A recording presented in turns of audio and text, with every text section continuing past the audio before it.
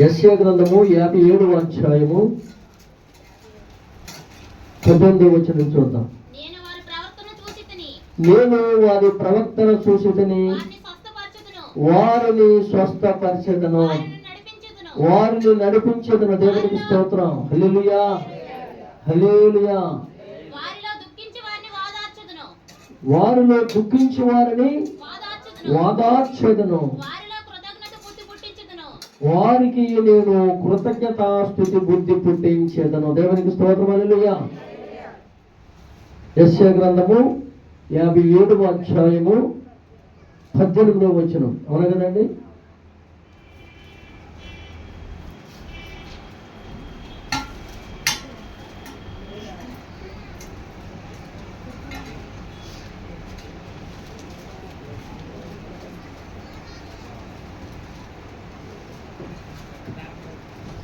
నేను వారి ప్రవక్తలను చూచితిని, వారిని స్వస్థపరచెదను, వారిని నడిపింతును, వారిలో దుఃఖించి వారిని వాదార్చెదను, వారిలో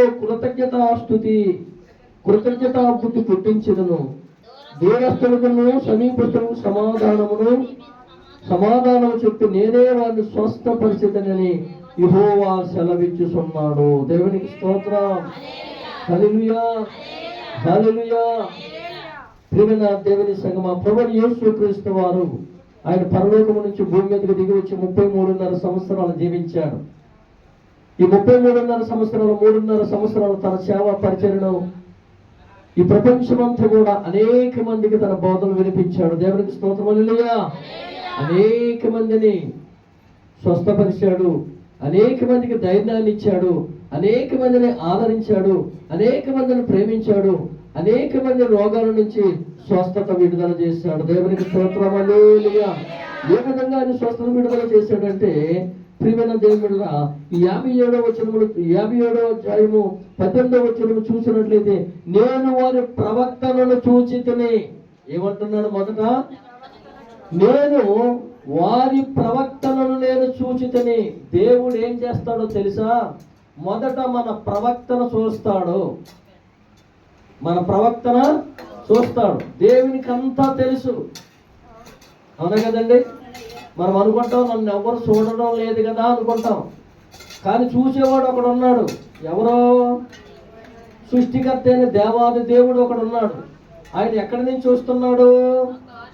ఆకాశము నుంచి నరులను పరిశీలన చేస్తూ ఉన్నాడు. ఎవరిని? మనల్నేనా? మనల్ని కాదు. ఈ భూప్రపంచం మీద ఉన్న ప్రతి నరుణ్ణి కూడా, నాయకుల్ని, అధికారుల్ని, అర్థమైందండి, లేనివాడిని, ఉన్నవాడిని, ప్రతి ఒక్కరిని కూడా ఆయన పరిశీలన చేస్తూ ఉంటాడు. మన దేశానికి ప్రధాని ఎవరు? మోడీ గారు. ఆయన మన దేశానికి ప్రధాని. మన రాష్ట్రానికి ముఖ్యమంత్రి చంద్రబాబు నాయుడు గారు. వీరు ఈ రాష్ట్రం మట్టుగా చంద్రబాబు నాయుడు గారు, దేశం మట్టుగా ప్రధాని గారు చూస్తారు. కానీ ప్రపంచం అంతా ఎవరొక నాయకుడు ఉన్నాడు? ప్రపంచానికి ఒక అధికారం ఉన్నాడు కదా, ఒక న్యాయాధిపతి ఉన్నాడు కదా, పరిపాలించేవాడు ఒకడు ఉన్నాడు కదా. ఆయన ఎవరండి? సృష్టికర్త అయిన దేవాది దేవుడు. దేవునికి స్తోత్రం. హల్లెలూయా, హల్లెలూయా. ఆ సృష్టికర్త అయిన దేవాది దేవుడు ఆయన ప్రజలను పరిశీలన చేస్తూ ఉంటాడంట. ప్రతి ఒక్కరిని కూడా పరిశీలన చేస్తూ ఉంటాడంట. దేవునికి స్తోత్రం. అప్పుడు నీవు ఏ ఆలోచనలో ఉండాలి? సృష్టికర్త అయిన దేవాది దేవుడు నన్ను పరిశీలన చేస్తూ ఉన్నాడు కనుక మన ప్రవర్తన మనం సరి చేసుకుని వారుగా ఉండాలి. మన ఆలోచన మనం సరి చేసుకుని వారుగా ఉండాలి. మన తలంపులు మనం సరి చేసుకుని వారుగా ఉండాలి. అవును కదండి? కాబట్టి ఈ ఉదయకాల సమయం ముందు నేను వారి ప్రవక్తలను చూచితిని. ఇశ్రాయేలు ప్రజలు ప్రవక్తన ఏ విధంగా ఉందంటే, వారు ఎంతో శ్రమలో ఉన్నారు, బాధల్లో ఉన్నారు, కష్టాల్లో ఉన్నారు, బంధకాల మధ్య ఉన్నారు. వారి అధికారి ఏం చేస్తున్నాడు? వారిని నలగగొడుతూ ఉన్నాడు. ఉదయం 6 గంటలకు వెళ్తున్నారు, రాత్రి 10 వరకు కూడా వారు పని చేస్తూనే ఉన్నారు. వారికి కావాల్సిన ఆహారం వారికి పెట్టకుండా పని చేపించుకుంటూ ఉన్నాడు. ఆ బాధ ఎవరు చూస్తున్నారు? దేవుడు చూస్తూ ఉన్నాడు. అయ్యో, ఈ ప్రజలు ఆకలితో తట్టుకోలేకపోతూ ఉన్నారు. తన యజమానుడు ఎంతో పనిభారం పెట్టాడు, ఆ పనిలో నలిగిపోతూ ఉన్నారు. వారు బలహీనులైపోతున్నారు. వారి శరీరం క్షీణించిపోతూ ఉంటుంది. వారిని రక్షించేవారు లేరు, వారిని విడిపించేవారు లేరు, వారి బాధలోంచి, ఆ శ్రమ నుంచి తప్పించేవారు ఎవరు లేరని దేవుడు వారి ప్రవక్తలను చూస్తూ ఏమైనా సరే ఆ బంధకాలలో నుంచి ఈ ఇజ్రాయేలు ప్రజలను తప్పించాలని దేవుడు ఏం చేశాడండి? ఆ ఫరో చేతుల్లో నుంచి ఆ ఇజ్రాయేలు ప్రజలను బయటికి విడుదల దయచేశాడు. దేవునికి స్తోత్రం. హల్లెలూయా, హల్లెలూయా, హల్లెలూయా. ఏమంటే వారు ఎంత కష్టకాలంలో ఉన్నారో, ఎంత కష్టకాలంలో ఉన్నప్పటికీ కూడా, వారు శ్రమలలో బాధలో ఉన్నప్పుడు దేవుడు వారిని విడుదల చేశాడు. దేవుడు విడుదల చేసి వారికి స్వేచ్ఛమైన జీవితం ఇచ్చాడు. అర్థమైందా మీకు? స్వేచ్ఛమైన జీవితం ఇచ్చాడు. ఎందుకంటే ఆ బంధకాల్లోంచి బయటకు వచ్చారు, ఆ శ్రమంలోంచి దేవుడు తప్పించాడు, బయటకు వచ్చారు. ఆ రాజు దగ్గర నుంచి వారు విడుదలయ్యారు. వారు బయటికి వచ్చిన తర్వాత వారికి స్వతంత్రం వచ్చింది, ప్రశాంతంగా ఉన్నారు, కావలసిన ఆహారం తింటూ ఉన్నారు. దేవుడు వారికి కావాల్సిందంతా సమకూరుస్తూ ఉన్నాడు. దేవుడు సమకూర్చినప్పటికీ కూడా వారు ఒక్కొక్కసారి ఏం చేశారండి? దేవునికి వ్యతిరేకంగా నడుస్తూ ఉన్నారు. దేవునికి స్తోత్రం. హల్లెలూయా.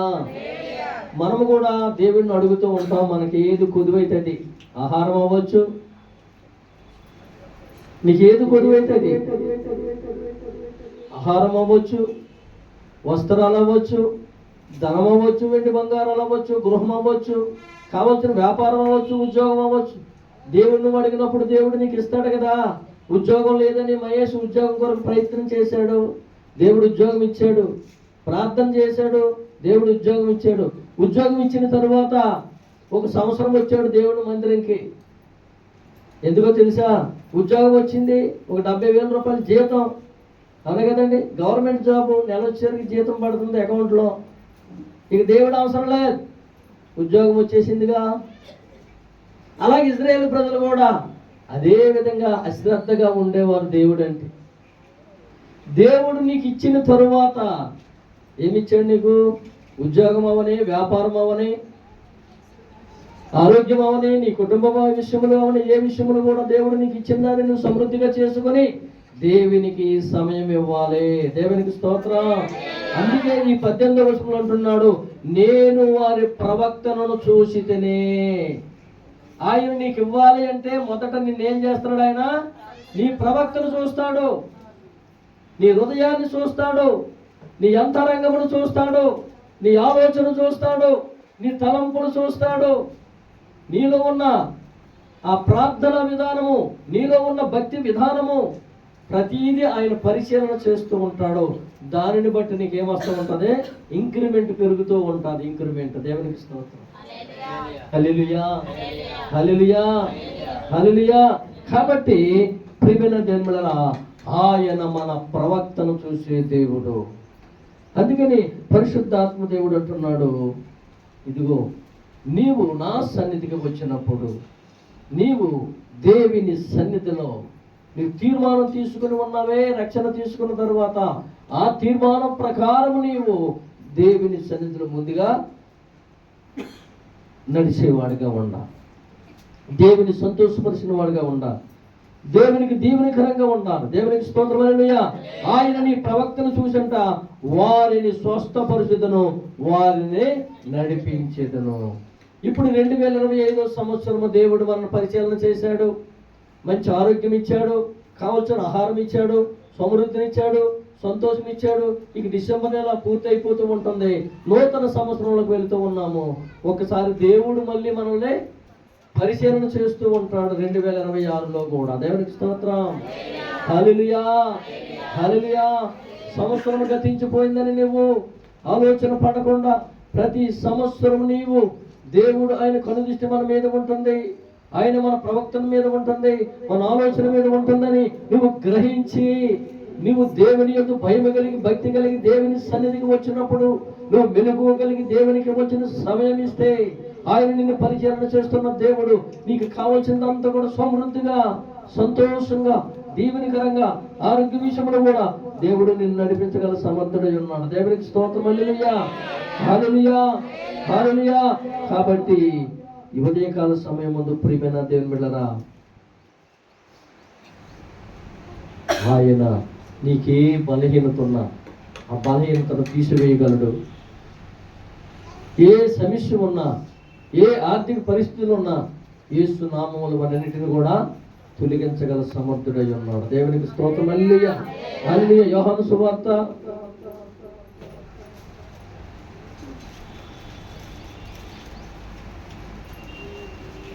యోహాను సువార్త 5వ అధ్యాయము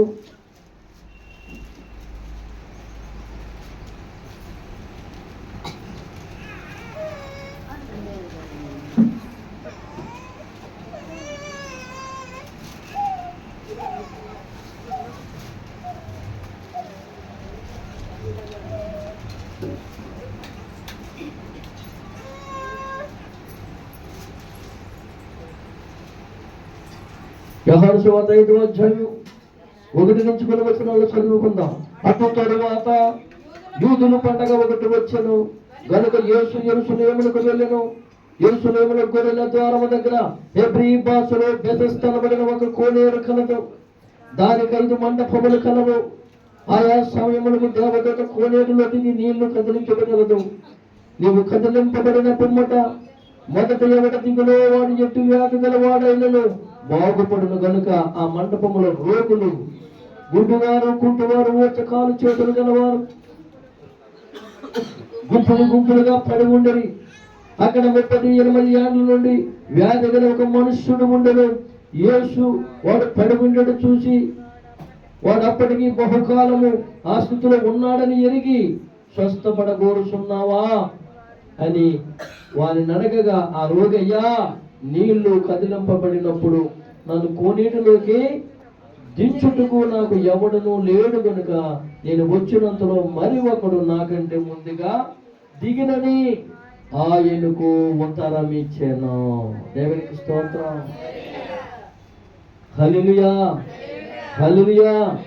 ప్రియమైన దేవుని బిడ్డలారా, ఆయన పరిశీలన చేసే దేవుడు కదా, మనల్ని పరిశీలన చేసే దేవుడు కదా, మన హృదయాన్ని, మన అంతరంగాన్ని పరిశీలన చేసే దేవుడు కదా.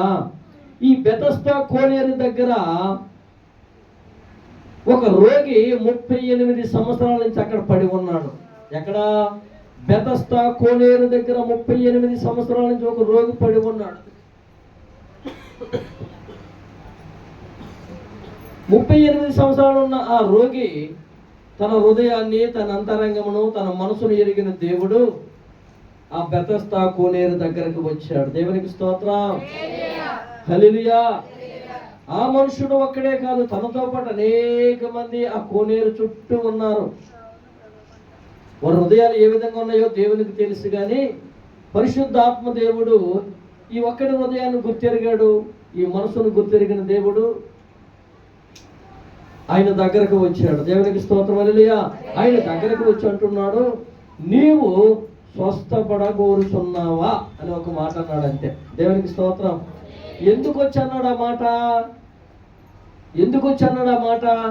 అంతమందిని పలకరించిన వాడు, అంతమంది దగ్గరికి వెళ్ళని వాడు ఈ ఒక్క రోగి దగ్గరికి ఎందుకు వచ్చాడంటే, అక్కడ ఉన్న రోగులందరూ కూడా పరిశీలన చేస్తూ ఉన్నాడు. దీని ఆలోచన ఏంటో తెలుసా? ఏమైనా సరే నేను ఆ కోనేటిలో దిగాలి. ఆ కోనేటిలో దిగితే అందరూ స్వస్థపడి వారు గృహాలకు వెళ్ళిపోతూ ఉన్నారు. కానీ నాకు కాళ్ళు లేవే, కాళ్ళు పడిపోయి ఉన్నాయి కదా, మరి నాకు వెళ్ళడానికి అవకాశం లేదు. ఇప్పుడు నేను వెళ్ళి ఆ కోనేటిలో దిగాలి.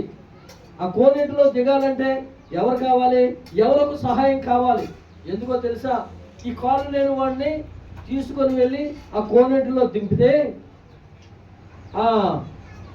స్వస్థపడి తన గృహానికి వెళ్తాడు. దేవునికి స్తోత్రం. కానీ దీనికి సహాయం కావాలి. ఎవరు లేరు. కానీ తన ఆలోచన ఏమో తెలుసా? ఏమైనా సరే నా కాళ్ళు లేనప్పటికీ కూడా నేను ఏమైనా సరే ఆ కోనేటిలోకి దిగి స్వస్థపడాలి అని ఒక ఆశతో ఉన్నాడు. దేవునికి స్తోత్రం. ఆ ఆశను చూసిన దేవుడు ఆ రోగి దగ్గరకు వచ్చాడు, పలకరిస్తూ ఉన్నాడు. దేవునికి స్తోత్రం. అయ్యా, నువ్వు స్వస్థమార్గుడుచున్నావా అని అడుగుతుంటే, అయ్యా నిజమేనయ్యా, నేను 38 సంవత్సరాల నుంచి ఇక్కడ పడి ఉన్నానయ్యా. చనిపోవాలనుకోలేదు, వెళ్ళిపోవాలనుకోలేదు, ఆశ నిరాశగా లేదు. ఏమైనా సరే నేను సాధించాలి, ఏమైనా సరే నా కోనేటిలో దిగాలి, ఏమైనా సరే నా రోగం పోవాలి అని ఒక ఆలోచనతో, ఒక తపనతో ఉన్నాడు, ఒక ఆశతో ఉన్నాడు. ఆ ఆశను చూసిన దేవుడు, ఆ తపన చూసిన దేవుడు, ప్రియమైన దేవుడా, ప్రభువు యేసుక్రీస్తు వారే ఆ రోగి దగ్గరికి వచ్చాడు. దేవునికి స్తోత్రం. ఇదిగో నువ్వేదైతే ఆశిస్తున్నావో నీ ఆశ తీర్చడానికి నేను వచ్చాను కనుక నువ్వు ఆ కోనేటిలోకి వెళ్ళాల్సర్లే, నేనే నిన్ను స్వస్థపరుస్తాను. దేవునికి స్తోత్రం. హల్లెలూయా, హల్లెలూయా, హల్లెలూయా. వెంటనే నీ పరుపెత్తుకొని నువ్వు లేవు. దేవునికి స్తోత్రం. హల్లెలూయా, హల్లెలూయా. వెంటనే తన పరుపునెత్తుకొని 38 సంవత్సరాల నుంచి పడి ఉన్న కోనేటి దగ్గర ఉన్న ఆ వ్యక్తి దిగ్గున వేశాడు. ప్రియమైన దేవుడా, హల్లెలూయా, హల్లెలూయా. ఎన్ని సంవత్సరాల నుంచి ఉన్నాడండి? 38 సంవత్సరాల నుంచి ఉన్నాడు. తన ఆశ ఏమై ఉందో తెలుసా?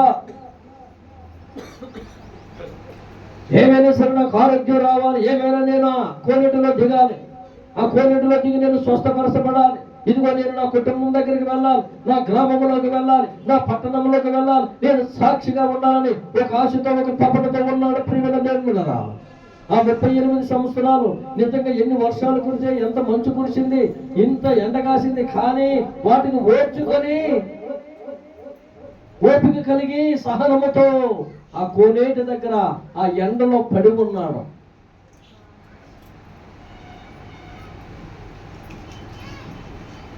హృదయ రహస్యాలు ఎరిగిన దేవుడు, పరిశీలన చేస్తున్న దేవుడు ఈ ఉదయకాల సమయం ముందు నీ హృదయమును నా హృదయమును పరిశీలన చేస్తూ ఉన్నాడు. ఈ ప్రపంచంలో ఉన్న ప్రతి మానవాళి హృదయాన్ని పరిశీలన చేస్తున్న దేవుడు. ప్రియమైన దేవుని సంగమా, నీ ఆశతో ఉన్నావా? దేవుని కార్యాల కొరకు ఎదురు చూస్తూ ఉన్నావా? తపన పడుతూ ఉన్నావా? నువ్వు ఏదైతే కోల్పోయావో, ఏదైతే ఆశిస్తున్నావో, దేని కొరకు ప్రయాసపడుతున్నావో, దేని కొరకు అయితే వెతుకుతూ ఉన్నావో, దేని కొరకు నువ్వు భ్రమపడుతున్నావో, యేసు నామములో ఈ ఉదయకాల సమయమందు పరిశుద్ధాత్మ దేవుడు ఆ బెతస్తా కోనేటి దగ్గర ఆ కుంటివాడు స్వస్థపరచబడినట్లుగా పరిశుద్ధాత్మ దేవుడు ఈ ఉదయకాల సమయం అంటున్నాడు, నువ్వు ఏ ఆశతో ఉన్నావో నీ ఆశను తీర్చడానికి నేను వచ్చాను. దేవునికి స్తోత్రం. హల్లెలూయా. ఇదిగో పరలోకం నుండి విడిచిపెట్టి ఈ భూమి మీదకి వచ్చాను. ఈ భూమి మీద 33.5 సంవత్సరాలు జీవించి ఇదిగో పాపములో ఉన్న నిన్ను, శాపములో ఉన్న నిన్ను, నరకములో ఉన్న నిన్ను, అనేకమైన వ్యాధులకి, బాధలకి, కష్టాలకి, ఇరుగులు, ఇబ్బందులు ఉన్న నిన్ను ఇదిగో విడుదల చేయడానికి, ఇదిగో నీకున్న కట్టలు విడుదల చేయడానికి, నీకున్న బతకాలు విడుదల చేయడానికి, నీ పితరులు చేసిన దోష పాపములన్నీ విడుదల చేయడానికి ఈ ఉదయకాల సమయం ముందు నేను నీ సన్నిధిలో నేను నీతోనే ఉన్నాను. దేవునికి స్తోత్రము. చేతులెత్తి దేవునికి స్తోత్రాలు చెప్పాలి. హల్లెలూయా, హల్లెలూయా, హల్లెలూయా. బెతస్తా కోనేరు దగ్గర పడి ఉన్న ఆ రోగి ఆశను తీర్చిన దేవుడు ఈ ఉదయకాల సమయం ముందు నీ ఆలోచన, నీ ఆశను కూడా తీర్చడానికి ఆయన సిద్ధపాటు కలిగి ఉన్నాడని మీరు ఒక్కసారి తప్పట్లు కూడా దేవుని నామాన్ని మహిమపరచినట్లయితే పరిశుద్ధాత్మ దేవుడు ఈ ఉదయకాల సమయం ముందు నీ ఆశను తీర్చబోతూ ఉన్నాడు, నీ ఆలోచన సఫలపరచబోతూ ఉన్నాడు, నీకు కనపరచబోతూ ఉన్నాడు, నువ్వు హెచ్చించబోతూ ఉన్నాడు. నీకు ఏది కొడవయ్యో ప్రతి కొడుకులు గల సమర్థుడు ప్రభువు యేసు క్రీస్తువారు. హల్లెలూయా, హల్లెలూయా. నీ హృదయము ఏ ఆలోచనతో ఉంటుందో, నీ మనసు ఏ విధంగా ఉంటుందో, నీ తలంపు ఏ విధంగా ఉంటుందో, నీవు ఏ ఆశతో ఉన్నావో నీవు ఆశ కలిగిన వాడుగా ఉండాలి. ఏది కావాలి నీకు? దేని కొరకు ప్రయాసపడుతూ ఉన్నావో ప్రియమైన దేవుడా? ఉద్యోగమా, వ్యాపారమా, గృహమా, స్థలమా, ధనమా, వెండి బంగారాలా, ఘనత కావాలా? ఏది కావాలి నీకు? గర్భఫలమా? వివాహం జరగలేదా? ఏ అడ్డులు ఉన్నాయి, ఏ ఆటంకాలు ఉన్నాయి, ఎన్ని వ్యాపారాలు చేసినా ఆ వ్యాపారాలకి రకరకాల అడ్డులు వస్తున్నాయా? ఉద్యోగం రాలేదా? స్థలం లేదా? గృహం లేదా? ఏది లేదు నీకు. ఆయన నీకివ్వడానికి సిద్ధపాటు కలిగి ఉన్నాడు. దేవునికి స్తోత్రం. సిద్ధపాటు కలిగి ఉన్నాడు. ప్రియమైన దేవుడు, 38 సంవత్సరాల నుంచి ప్రయాసపడి ఆ కోనేరు దగ్గర ఉన్న, ఆ ఒంటరిగా ఉన్న ఆ వ్యాధి గలవాడు ఏ ఆశతో ఉన్నాడో ఆ ఆశ కలిగి నీవు ఉన్నట్లయితే ఏదో ఒక సమయం రాబోతూ ఉంటుంది. ఆ సమయం మందు దేవుడు నిన్ను హెచ్చించగల, దేవుడు నిన్ను దీవించగల, దేవుడు నిన్ను కనపరచగల సమయం ఒక దినం రాబోతుంది. ఆ సమయం కొరకు నువ్వు ఎదురు చూడాలి. ఎన్ని సంవత్సరాలు చూశాడండి? 38 సంవత్సరాలు చూశాడు తన ఆరోగ్యం కొరకు. నేనేమి వెళ్తానులే, కోనేట్లో ఏం దిగుతానులే, నాకెందుకులే ఈ బ్రతుకు, సరిపోతే మంచిది అనుకున్నాడా? నిరాశ కలిగి వెనదిరిగి వెళ్ళిపోయాడా? ఆ ఎండకి, వర్షానిగా, మంచుకి నిజంగా అక్కడ నీడ లేని స్థలంలో ఉన్న ఆ కుంటివాడు, ఆ వ్యాధి గలవాడు ఎంత పట్టుదల కలిగి ఉన్నాడో. నీవు దేవుని దగ్గర ఉన్నప్పుడు ఏ విధంగా ఉంటూ ఉన్నావు? నిరాశ కలిగి ఉన్నావా? లేకపోతే పట్టుదల కలిగి ఏమైనా సరే నా దేవుడు నన్ను రక్షించగలడు, నా దేవుడు నన్ను నడిపించగలడు, నా దేవుడు నన్ను పోషించగలడు, నా దేవుడు నన్ను, నా బిడ్డలను, నా భర్తను, నా భార్యను, ఇదిగో నా కుటుంబాన్ని క్షేమంగా నడిపించగలడని నీవు ధైర్యంతో నిలబడినట్లయితే దేవుడు కార్యము జరిగించబోతూ ఉన్నా. హల్లెలూయా, హల్లెలూయా. రూతమ్మ మరి 6 నెలల నుంచి టెన్షన్ పడుతూ ఉంటుందా? ఇచ్చిన సాక్ష్యాన్ని మనం విన్నాం కదా. ఆమె టెన్షన్ పడుతూ ఉంటుంది. నేనైతే ఏం చేస్తానన్నానో ఆ టెన్షన్కి ఒక్కొక్క ట్యాబ్లెట్ వేస్తూనే ఉన్నాను. అనే కదండి. ఏంటా ట్యాబ్లెట్? దేవుని మాటలు. ఆ మాటలు చెబుతూ ఉంటే ప్రియమైన దేవునిలా కొద్దిగా ధైర్యపడుతూ ఉంటుంది, మళ్ళీ టెన్షన్ పడుతూ ఉంటుంది. దేవుడు ఊహించలేని రీతిలో మన శుక్రవారం ఎంతమంది వచ్చారు? అందరూ వచ్చారు. దేవునికి స్తోత్రం. వచ్చిన మీ అందరికి కూడా ప్రత్యేకమైన వందనాలు. విపరీతమైన మంచు ఉన్నందుకు కూడా, చలి ఉన్నందుకు కూడా మీ అందరూ కూడా ఆ కూటకి వచ్చినందుకు మీ అందరికీ కూడా వందనాలు తెలియజేస్తూ ఉన్నాం. దేవునికి స్తోత్రం. ఎంతో ఘనంగా జరిపించాడు కదండి. దేవునికి స్తోత్రం. హల్లెలూయా, హల్లెలూయా. నీ ఆశను తీర్చగల దేవుడు, రూతము ఆశను తీర్చగల దేవుడు నీ ఆశను తీర్చగలడు. దేవునికి స్తోత్రం. హల్లెలూయా, హల్లెలూయా, హల్లెలూయా. ప్రియమైన దేవుని బిడ్డలారా, మనం ఏం చేయాలి? స్థిరత్వం కలిగి ఉండాలి, నిలబడి ఉండాలి, పట్టుదల కలిగి ఉండాలి, ప్రార్థించేవారుగా ఉండాలి, మొరపెట్టిన వారుగా ఉండాలి, బ్రతికిన వారుగా ఉండాలి, ఎదుర్కొన్న వారుగా ఉండాలి, సమస్యల నుంచి విడుదల కలిగిన వారుగా ఉండాలి. 38 సంవత్సరాలు ఎంత శ్రమపడి ఉంటాడో, ఎంత నలిగిపోయి ఉంటాడో, ఎంత వేదనతో ఉంటాడో, ఎంత ఆకలితో ఉంటాడో, ఎంత బాధతో ఉంటాడో మీకు తెలుసు. నువ్వు 1 సంవత్సరము ఆ స్థితిలో ఉండగలదువా?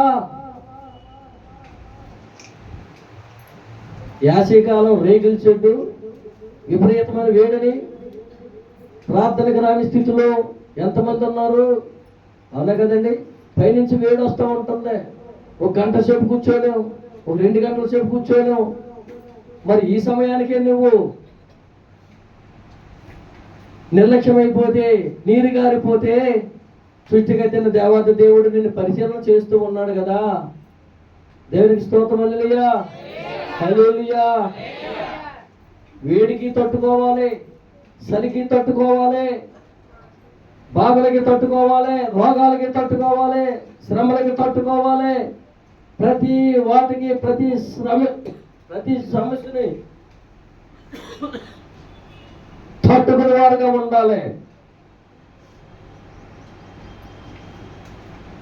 ఎప్పుడైతే నీ రోగాల నుంచి నువ్వు విడుదల అవడానికి నువ్వు సిద్ధపడి కలిగి ఉంటావో, ఎప్పుడైతే శ్రమ వచ్చినప్పుడు నలిగిపోతావో, దేవుడు వాటి నుంచి నిన్ను విడుదల చేయగల సమర్థుడు. దేవునికి స్తోత్రం. హల్లెలూయా, హల్లెలూయా, హల్లెలూయా. 38 సంవత్సరాలు ప్రభువైన యేసుక్రీస్తు వారు వయసు 33.5 సంవత్సరాలు. ఇంకా ప్రభువైన యేసుక్రీస్తు వారు అప్పటికి పుట్టలేదు. అప్పటికే ఆ కోనేటి దగ్గరికి వెళ్ళి కూర్చున్నాడు. తనకున్న సమస్య కొరకు, తనకున్న రోగం విడుదల అవ్వాలని. వాక్యం చదువుతూ ఉన్నాం, వింటూ ఉన్నాం, కానీ మనం స్థిరత్వం లేని స్థితిలో ఉంటున్నాం, మనం నిలబడలేని స్థితిలో ఉంటున్నాం. అవునా కదండి? మందిరికి వెళ్ళి 10 సంవత్సరాలు అవుతుంది, 5 సంవత్సరాలు అవుతుంది, ఇప్పటికీ ఏ కార్యము చూడలేదు. కార్యము చూడకుండా ఉండడమే మంచిది. అర్థమైందండి? నీకు దేవుడు అంతగా లేట్ చేస్తూ ఉన్నాడంటే ఏదో గొప్ప కార్యం దాచిపెట్టాడు నీకు. హల్లెలూయా, హల్లెలూయా, హల్లెలూయా. ఒక్కొక్కసారి 38 సంవత్సరాలు ఆ వ్యాధి గలవాడికి నిరాశ కలిగింది. అందరూ ఆ కోనేటిలో దిగుతూ ఉన్నారు, ఆరోగ్యంతో మళ్ళీ ఇంటికి వెళ్ళిపోతున్నారు. నేను ఎప్పుడు అందులోకి వెళ్ళి దిగుతానని ఆలోచన వచ్చి మళ్ళీ వెంటనే దేవుడిని జ్ఞాపకం చేసుకునేవాడు. దేవునికి స్తోత్రం. నా దేవుడు నాకు తోడుగా ఉన్నాడని మళ్ళీ ప్రార్థనలో ఉండేవాడు. దేవునికి స్తోత్రం. అలాగా 38 సంవత్సరాలు గడుపుకొచ్చాడు. 38వ సంవత్సరాన్ని ప్రభువైన యేసుక్రీస్తు వారే తన దగ్గరకు వచ్చాడు. దేవునికి స్తోత్రం. దేవుని బిడ్డలారా, నా దేవుడు నువ్వు చేస్తున్న ప్రార్థన ఆలకిస్తున్న దేవుడు, నీ మొర ఆలకిస్తున్న దేవుడు, నీకున్న ప్రతి బాధను ప్రతి వ్యాధను తీయగల సమర్థుడు, శక్తిమంతుడు. దేవునికి స్తోత్రం. హల్లెలూయా. ఓపిక కలిగి ఉండాలి, సహనము కలిగి ఉండాలి, తొందరపాటు ఉండకూడదు, తొందరపాటు ఉండకూడదు. దేవుని సన్నిధికి వచ్చినప్పుడు స్థిరత్వం కలిగి, పటిష్టత కలిగి, పునాది వేయబడిన వాడిగా ఉండాలి. అర్థమైందండి? మనము దేవుని సన్నిధిలో పునాది వేసిన వారిగా ఉండాలి. పునాదిని ఎంత గట్టిగా వేస్తే అంతగా ఆ గృహం నిలబడుద్ది. పునాది లేకపోతే నువ్వు ఎంత సుందరంగా ఇల్లు కట్టినా ఇల్లు నిలబడదు. మొదట ఏం చేయాలి? పునాది స్థిరంగా ఉండాలి.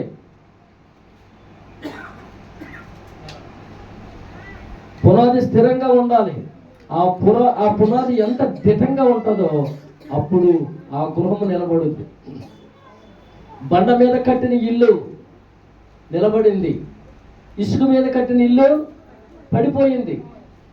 ఈ బండ మీద కట్టిన ఇల్లు అంటే, బండ అంటే పునాది, ఈ పునాది మీద కట్టిన ఇల్లు గాలివానలు వచ్చినా, తుఫాను వచ్చినా, సునామీలు వచ్చినా, ఎన్నో ఈదురుగాలు వచ్చినప్పటికీ ఆ ఇల్లు అలాగే నిలబడుతుంది. ఎందుకో తెలుసా? ఇది పునాది మీద దిటంగా వేయబడి ఉంది.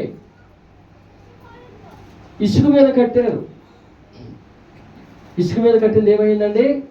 అది వచ్చిన గాలిదుములుగా పడిపోయింది. ఇప్పుడు నీ విశ్వాసం ఏ విధంగా ఉంది? బండ మీద కట్టిన విశ్వాసం కలిగి ఉన్నావా? ఇసుక మీద కట్టిన విశ్వాసం కలిగి ఉన్నావా? నువ్వు తెలుసుకో, గ్రహించుకో. అవును కదండి? మన విశ్వాసం ఎలా ఉండాలి? బండ మీద కట్టిన గృహములాగా ఉండాలి. ఇసుక మీద కట్టిన గృహం ఏ విధంగా ఉంటుందో తెలుసా? వారానికి 2 వారాలు వస్తారు ప్రార్థనకే, లేదు 1 వారం వస్తారు, మళ్ళీ 3 వారాలు కనిపించరు. వాళ్ళు ఎక్కడ కడతారండి? ఇసుక మీద కడతారు. దేవునికి స్తోత్రం.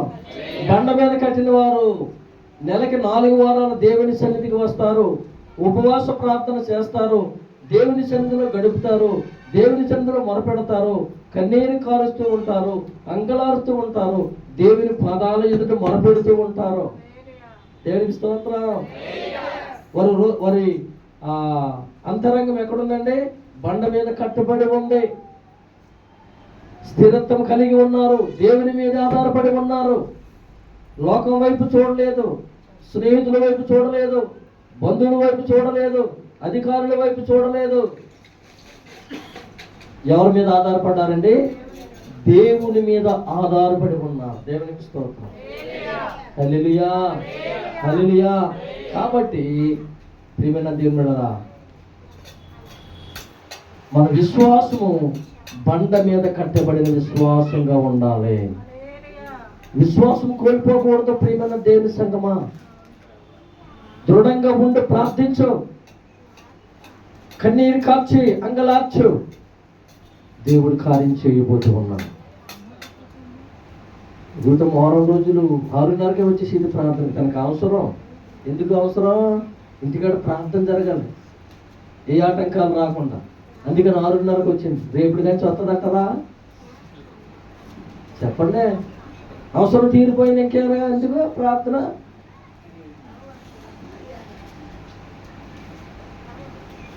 దేవునికి స్తోత్రం. దేవుని దగ్గర అవసరాలు తీర్చుకునే వారిగా ఉండకూడదు. మన అవసరాలు కొరకు దేవుని దగ్గరకు వచ్చి అవసరం తీరిపోయిన తర్వాత, కార్యాలు చూసిన తర్వాత దేవునికి దూరంగా ఉండకూడదు.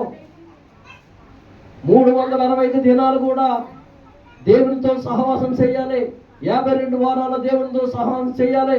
12 వారాల దేవునితో సహవాసం చేయాలి. దేవునికి స్తోత్రం. హల్లెలూయా, హల్లెలూయా. నీకు ఉద్యోగం వచ్చినా, వ్యాపారము ముందుకు సాగినప్పటికీ కూడా, నీకన్నీ దేవుడు అనుకూలంగా కూడా దేవునికి ప్రత్యేకమైన స్థానమును ఇవ్వాలి. దేవునికి ప్రత్యేకమైన సమయమును ఇవ్వాలి. దేవునికి స్తోత్రం. ఉదయ కాలమున ప్రార్థన చేయాలి, మధ్యాహ్న కాలమున ప్రార్థన చేయాలి, రాత్రికాల సమయమున ప్రార్థన చేయాలి. దినానికి 24 గంటలు దేవునికి 2 గంటలన్నర దేవునికి సమయం ఇవ్వాలి. మనం ఎన్ని గంటలు ఇస్తున్నాం దేవునికి సమయం? చెప్పండి. ఈ సంవత్సరం అంతా నేను ఉదయం లేచి ప్రార్థన చేశానండి అన్నవారు చేతులు ఎత్తండి. ఎత్తాలి చేతులు. 10 మంది కనబడుతున్నారు. దేవునికి స్తోత్రం. చాలా సంతోషం. 10 మంది కనిపించారంటే చాలా ఆనందం. అర్థమైందండి? దేవునికి స్తోత్రం. హల్లెలూయా, హల్లెలూయా. దేవునిలో మనం స్థిరత్వం కలిగి ఉండాలి. దేవుణ్ణి అడగండి, దేవుణ్ణి అడగండి. దేవా, నాకు ఇది కావాలి. అడుగుడు ఇవ్వబడును, తట్టుడు మీకు దొరుకును అన్నాడు. నువ్వు అడగకుండా దేవుడు నీకు ఇవ్వలేడు. అవును కదండి? మనం చిన్నప్పుడు మన తండ్రిని, మన తల్లిని ఏదైనా కావాలంటే ఏ విధంగా అడిగేవాళ్ళు? ఇచ్చేదాకా విడిచిపెట్టేవారు కాదు. తల్లిదండ్రులు కనుక వారు ఏడుస్తూ ఉంటే చూడలేక అప్పు చేసైనా సరే వారికి ఇవ్వవలసింది ఇచ్చేవారు. దేవునికి స్తోత్రం. హల్లెలూయా. ఆరాధిస్తున్న దేవుడు నీ తల్లి ప్రేమ కన్నా, తండ్రి ప్రేమ కన్నా అధికమైన ప్రేమ గలవాడు నా యేసు. నువ్వు ఏది కోల్పోయినా యేసు నామములో నీకు ఆయన సమృద్ధిగా ఇవ్వగలడు. కానీ అది నీలోనే ఉంది. ఎందుకో తెలుసా? నువ్వు అడగాలి, గుక్క పెట్టి అడగాలి, మొరపెట్టి అడగాలి, కన్నీరు కార్చి అడగాలి, మోకాలు చేసి అడగాలి. సమయం ఇచ్చి దేవుడిని అడుగు. దేవా, నాకు ఇది కొదువై ఉంది ప్రభువా, నాకు ఇది కొదువై ఉంది ప్రభువా. నీ సన్నిధికి వచ్చాను, నువ్వు నిజ దేవుడు అని గుర్తెరిగాను, నీ సన్నిధిలో మొరపెడుతూ ఉన్నాను, ఈ కార్యం కొరకు నేను ఎదురు చూస్తున్నాను అని నువ్వు మోకాలు వేసి ప్రార్థన చేసి దేవుని ఎదుటి అడిగితే వెంటనే దానికి సమాధానం వస్తాను. దేవునికి స్తోత్రం. హల్లెలూయా, హల్లెలూయా. అడిగే విధానం కూడా ఉంటుంది దేవుని దగ్గర. అర్థమైందండి? సత్యనారాయణ గారి దగ్గరికి వెళ్ళి, సత్యనారాయణ గారు ఒక 1000 రూపాయలు కావాలి, ఇస్తావా అంటే ఏమంటాడా? ఇనేంటి ఎంత రెక్లెస్గా మాట్లాడుతున్నాడు? అడిగే విధానం అదేనా? అన్నా కదండి. సార్, సత్యనారాయణ ఒక 1000 రూపాయలు అవసరం వచ్చిందండి, 1 గంటలో ఇస్తానండి సార్, ఒక 1000 రూపాయలు అంటే వెంటనే ఆయన దగ్గర లేనప్పటికీ కూడా ఆ పిలుపుని బట్టి, ఆ రిక్వెస్ట్ని బట్టి నిజంగా పక్కకని వీళ్ళు తీసుకొని వచ్చి 1000 రూపాయలు ఇస్తారు. ఈ రెండింటికి తేడా ఉండలేదు. మరి నువ్వు దేవుని దగ్గర అడిగేటప్పుడు ఏ విధంగా అడుగుతూ ఉన్నావు? దేవుని రిక్వెస్ట్ చేస్తున్నావు, ఏ విధంగా రిక్వెస్ట్ చేస్తున్నావు? కన్నీరు కార్చి, కన్నీరు కార్చి, నీ కన్నీరు చుక్క, నీ కన్నీటి పొట్టు భూమి మీద పడిందంటే నా దేవుడు ఊరుకునే దేవుడు కాదు. దేవునికి స్తోత్రం. హల్లెలూయా, హల్లెలూయా. మనకు అడిగే విధానం తెలియదు, తీసుకునే విధానం తెలియదు, నిలబడే అదే విధానం తెలియదు, సమయాన్ని కేటాయించుకునే విధానం తెలియదు. అందరము దేవుని బిడ్డలమే దేవుని సన్నిధికి వస్తున్నాం, దేవుని సన్నిధిలో ఆరాధన చేస్తూ ఉన్నాం. ఈ 2025లో దేవుడు మన సంఘములు ఎన్నో కార్యాలు జరిగించాడు. దేవునికి స్తోత్రం. హల్లెలూయా, హల్లెలూయా, హల్లెలూయా. ఒక రాత్రి అమ్మగారు అంటుంది, అయ్యా ఇగో నా కళలోనూ ఇటు రోడ్డు పోస్తున్నారయ్యా, ఇటు ఎవరు రోడ్డు పోస్తారమ్మ. రాజుగారులు ఏమైనా ఇల్లు కడతారేమో, అపార్ట్మెంట్లు వేస్తారేమో, అందుకని రోడ్డు చూపెడుతున్నారు. దేవునికి స్తోత్రం. హల్లెలూయా, హల్లెలూయా. ఎన్ని నెలల క్రితం అండి? 2 నెలల క్రితం. ఇటు రోడ్డు మనం ఇటు నడుస్తూ ఉన్నాం, రోడ్డు ఇటు పోసినట్టు అనమాట. ఇప్పుడు రోడ్డు ఎటు పోస్తున్నారు? ఇటు పోస్తుంది. ఇప్పుడు ఇవాళ వానర్ గారు రోడ్డు ఇటు పోసారా లేదు? ఆ కళ నెరవేరిందా లేదా? ఆ దర్శనం నెరవేరిందా లేదా? దేవునికి స్తోత్రం. హల్లెలూయా, హల్లెలూయా. ఒక 2 నెలల క్రితం ఆ వచ్చిన కళ ఇప్పుడు నెరవేరింది. దేవుడు నీకు ముందుగానే బయలుపరుస్తూ ఉంటాడు. నీ జీవిత ప్రయాణం కొరకు దేవుడు తెలియజేస్తూ ఉంటాడు. ఏది జరగబోతుందో, ఏ కార్యము దేవుడు నీ పట్ల చేయబోతున్నాడో, నీ కుటుంబ విషయంలో, నీ వ్యాపార విషయంలో, నీ ఉద్యోగ విషయంలో, ప్రతి విషయంలో పరిశుద్ధాత్మ దేవుడు నీతో తెలియజేస్తూ ఉంటాడు. కానీ నువ్వు చేయవలసిన పని ఏంటో తెలుసా? ఆయన సన్నిధిలో నువ్వు మొరపెట్టి కన్నీరు కార్చినట్లయితే దేవుడు క్షణము కూడా నీతో మాట్లాడుతూ ఉన్నాడు, నిన్ను నడిపిస్తూ ఉంటాడు, నిన్ను పోషిస్తూ ఉంటాడు, నిన్ను ఆదరిస్తూ ఉంటాడు, నీకు ఆరోగ్యం ఇస్తూ ఉంటాడు, నిన్ను హెచ్చిస్తూ ఉంటాడు, నిన్ను దీవుడికరంగా మహిమకరంగా ఆయన ముందర నడుస్తూ ఉంటాడు. దేవునికి స్తోత్రం. పరలోకమున్న తండ్రి నీ ముందర నడుస్తూ ఉంటే నీకే ఆటంకాలు ఉండవు. ప్రియమైన దేవుని సంగమా, హల్లెలూయా, హల్లెలూయా, హల్లెలూయా, హల్లెలూయా. 38 సంవత్సరాల నుంచి ఆ కోనేరు దగ్గర పడి ఉన్న ఆ వ్యాధి గలవాడు, ఆ బాధతో ఉన్నవాడు, ఆ రోగంతో ఉన్నవాడు, ఆ సమస్యల మధ్య ఉన్నవాడు, రకరకాలుగా ఆటంకాల మధ్య నలిగిపోతున్న ఆ వ్యాధి గలవాడు 38 సంవత్సరాలు సమయం కొరకు ఎదురు చూశాడు. దేవునికి స్తోత్రం. సమయం వచ్చింది, దేవుడే తన దగ్గరకు వచ్చాడు. నీ దగ్గరకు రాడా? నీ దగ్గరకు రాడా? దేవుడు మన దగ్గరకు నడిపించుకునే వారుగా ఉండాలి. దేవుడు మన గృహంలోకి నడిపించుకునే వాడుగా ఉండాలి. పరిశుద్ధాత్మ దేవుడు మన సన్నిధిలోకి నడిపించుకునే వాడుగా ఉండాలి. దేవునికి స్తోత్రం. హల్లెలూయా. నువ్వు మొరపెట్టి కన్నీరు గార్చి నా దేవుడు చూస్తూ ఊరుకునే దేవుడు కాదు.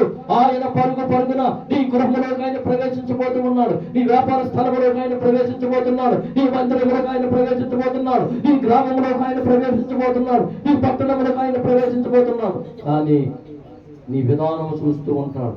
నిన్ను పరిశీలన చేసే దేవుడు, నీ అంతరంగమును చూసే దేవుడు, నీ నటనను చూసే దేవుడు, నీ ప్రార్థన ఆలకించే దేవుడు, నీ కన్నీటిని చూసిన దేవుడు, నా పరిశుద్ధాత్మ దేవుడు. ఆయన మన వెంటుండి నడిపించగల సమర్థుడు, శక్తిమంతుడు. దేవునికి స్తోత్రం. హల్లెలూయా, హల్లెలూయా, హల్లెలూయా.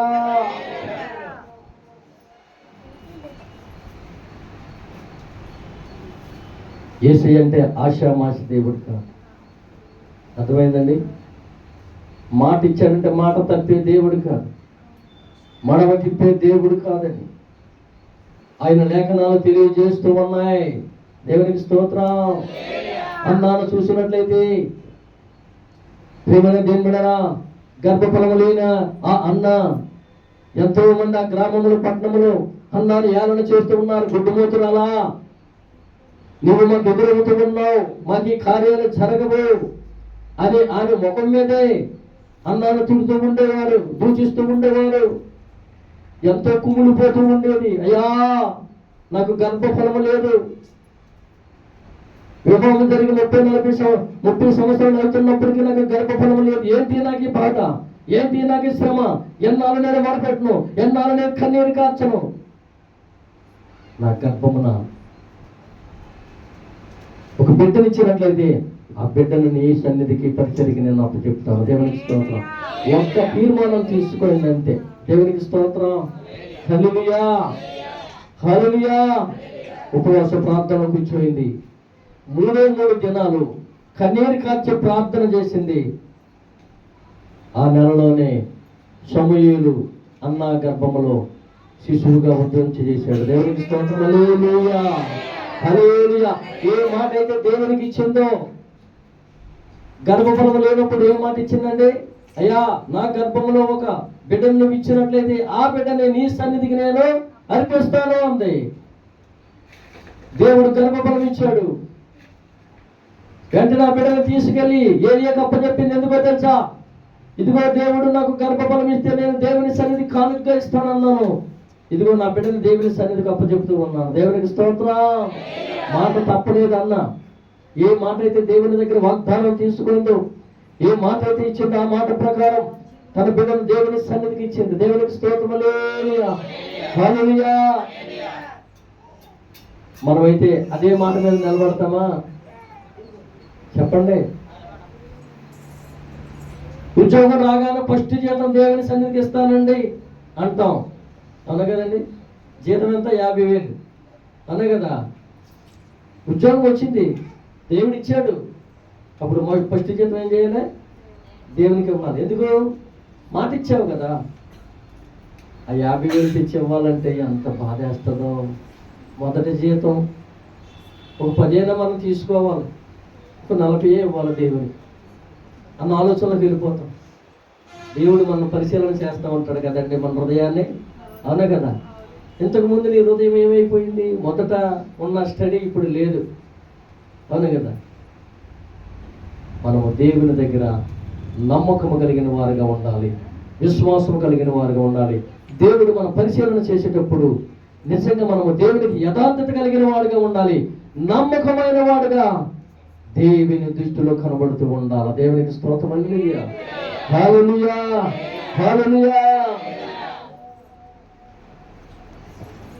ఈ ఉదయకాల సమయమందు ప్రియమైన దేవుని బిడ్డలారా, ఇకనైనా మనము స్థిరత్వము కలిగి దేవుళ్ళు నిలబడదాం. 2025 పూర్తి కావస్తూ ఉంది. 2026లోకి ప్రవేశించబోతూ ఉన్నాం. 2026లో ఇంకా దేవుని కార్యాలు చూసేవారుగా, దేవుని సన్నిధిలో బలముగా వాడబడిన వారుగా, స్థిరత్వము కలిగిన వారుగా, బండ మీద కట్టబడిన గృహం ఏ విధంగా స్థిరంగా ఉంటుందో అదే స్థిరత్వం కలిగి విశ్వాసంతో ముందుకు సాగిన వారుగా ఉండాలని పరిశుద్ధాత్మ దేవుడు మనకు తెలియజేస్తూ ఉన్నాడు.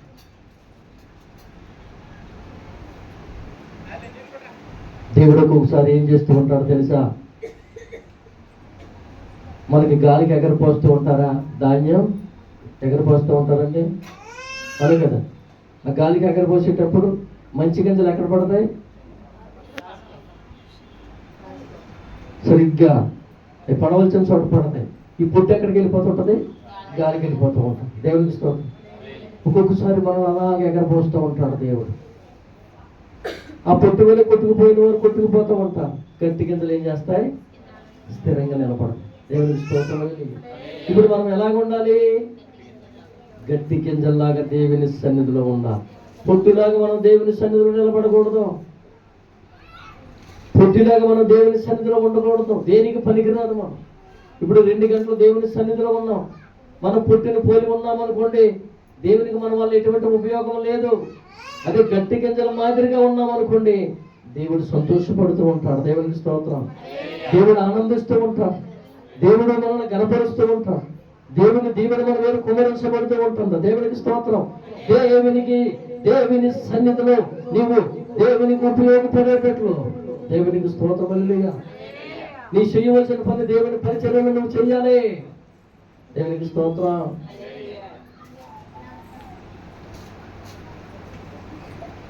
ఈ క్రిస్మస్ దినాల్లో మనం చేయవలసిన పనులు ఏమైనా ఉన్నాయా? అన్నీ ఎందుకు స్తుతం చేసేస్తుంది. నేను గడ్డి చెక్కేసింది. అర్థమైందండి? ఇంక పనులు ఏమి లేవు. దీనికి పెయింట్ వేయాలంటే ఈ శోకం నడిచేస్తాడు. అవునా కదండి? సౌండ్ సిస్టంలో మహేష్ కూర్చున్నాడు అక్కడ. అర్థమైందండి? ప్రతి ఒక్కరు నేను ఈ పని చేయాలి. దేవుని పని. దేవునికి స్తోత్రం. నాకు ఈ పని కావాలి, ఈ పనులు నేను పాలుపంపులు పంచుకోవాలి. ఎవరైతే ఉద్రేకపరంగా దేవుని పనిలో పాలుపంపులు పంచుకుంటారో పరిశీలన చేస్తున్న దేవుడు చూస్తూ ఉంటాడు, నువ్వు ఏ పని కొరకు ప్రయాసపడుతున్నావో దేవుని పనికి. కొంతమంది సువార్త కొరకు, కొంతమంది పాటలు పాడడానికి, కొంతమంది వాక్యం చదవడానికి, కొంతమంది కొన్ని చిన్నపిల్లల ద్వారా ఈ డ్యాన్స్ ప్రోగ్రాంకి, ఇంకా చిన్న చిన్న మనకి ఇంట్రెస్ట్ చూపేవారుగా ఉండాలి. వాళ్ళే చూసుకుంటారులే మనకెందుకు అనుకునే వారుగా ఉండకూడదు. ఇది దేవుని పని, అవును కదండి, ఇది దేవుని పని.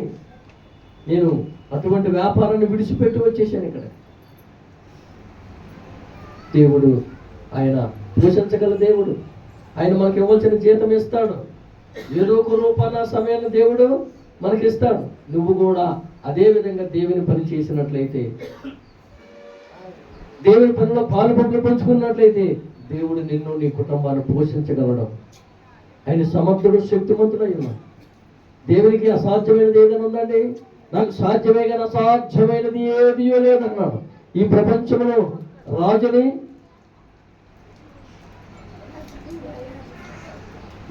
యాజకుడిని రాజుగా చేయగల సమర్థుడు యేసు. దేవునికి స్తోత్రం. రాజు ఏమైపోతాడండి? ఆయన తలుచుకుంటే రాజు భిక్షాటన చేసుకునేలాగా అయిపోతాడండి. భిక్షాటుడు రాజు అయిపోతాడు. దావీదు ఏమైపోయాడు? రాజు అయిపోయాడు. దేవునికి స్తోత్రం. ఎక్కడ వాడా దావీదు? ఒక 100 గొర్రెలు కాచుకునే దావీదు, ఒక 100 గొర్రెలు కాచుకునే దావీదు 12 సామ్రాజ్యాలకు రాజు అయ్యాడు. ఎలాగయ్యాడు? దేవుని యందు దృష్టించాడు, దేవుని సన్నిధిలో నిలబడ్డాడు, ఒంటరిగా ఉన్నప్పటికీ పోరాడాడు. ఎన్ని శ్రమలు వచ్చినా ఎదుర్కొన్నాడు, ఎన్ని కష్టాలు వచ్చినా ఎదుర్కొన్నాడు. ఎంతమంది శత్రువులు వచ్చినప్పటికీ కూడా నా దేవుడు నాకు తోడై ఉన్నాడని ధైర్యంతో నిలబడ్డాడు. 12 సామ్రాజ్యాలకు రాజయ్యాడు. చదువు లేదు, జ్ఞానము లేదు, అందము లేదు, హైట్ లేడు, పర్సనాలిటీ లేడు. పొట్టువాడైన దావీదు 12 సంవత్సరాలని గడగడగడగడలు ఆడించేశాడు. దేవునికి స్తోత్రం. హల్లెలూయా. దేవుడు, నువ్వు అనుకుంటున్నావేమో నేను జ్ఞానము గలవాడిని కాదు, నేను ఇర్రువాడిని, నాకు మాటకారిని కాదు, నా దగ్గర ధనము లేదు, బలము లేదు, గృహము లేదు, స్థలము లేదు అని అనుకుంటున్నావేమో. నా దేవుని సన్నిధిలో నువ్వు స్థిరత్వం కలిగి దేవుణ్ణి అడిగితే నిన్ను హెచ్చించగల సమర్థుడు, శక్తిమంతుడు. దేవునికి స్తోత్రం. హల్లెలూయా, హల్లెలూయా, హల్లెలూయా. ప్రియమైన దేవుని బిడ్డలారా, నీ దేవుడు జీవము గల దేవుడై ఉన్నాడు. నీ దేవుడికి జీవం ఉంది. నీ దేవుడు మాట్లాడగలడు. నీ దేవుడు చూస్తున్న దేవుడు. నీ దేవుడు మాట్లాడే దేవుడు. నీ దేవుడు శక్తి గల దేవుడు. ఈ సృష్టి మీద అధికారము గల దేవుడు. ఆకాశమును భూములు సృష్టించిన దేవుడు. సముద్రము పర్వతములను సృష్టించిన దేవుడు. ఆయన ముందర మనం ఎంతండి? నీకు కావాల్సింది ఆయన అతి త్వరలో ఇవ్వగలడు. కానీ నువ్వు ఎప్పుడు అడుగుతావా అని ఆయన ఎదురు చూస్తూ ఉన్నాడు. దేవునికి స్తోత్రం. నువ్వు అడగకుండా ఉంటే ఆయన ఏమిస్తాడు నీకు? బ్రతిమలు ఆడాలండి. మనం ఏదైనా ఒక సంతం కావాలంటే ఎంఆర్ఓ ఆఫీస్ చుట్టూరు తిరుగుతూ ఉంటాం. వారం రోజులు అనే కదండి. ఆ వారం రోజులు అవ్వలేదంటే ఇంకొక వారం రోజులు తిరుగుతూ ఉంటాం. దేవుని దగ్గర అలా నిలబడలేము.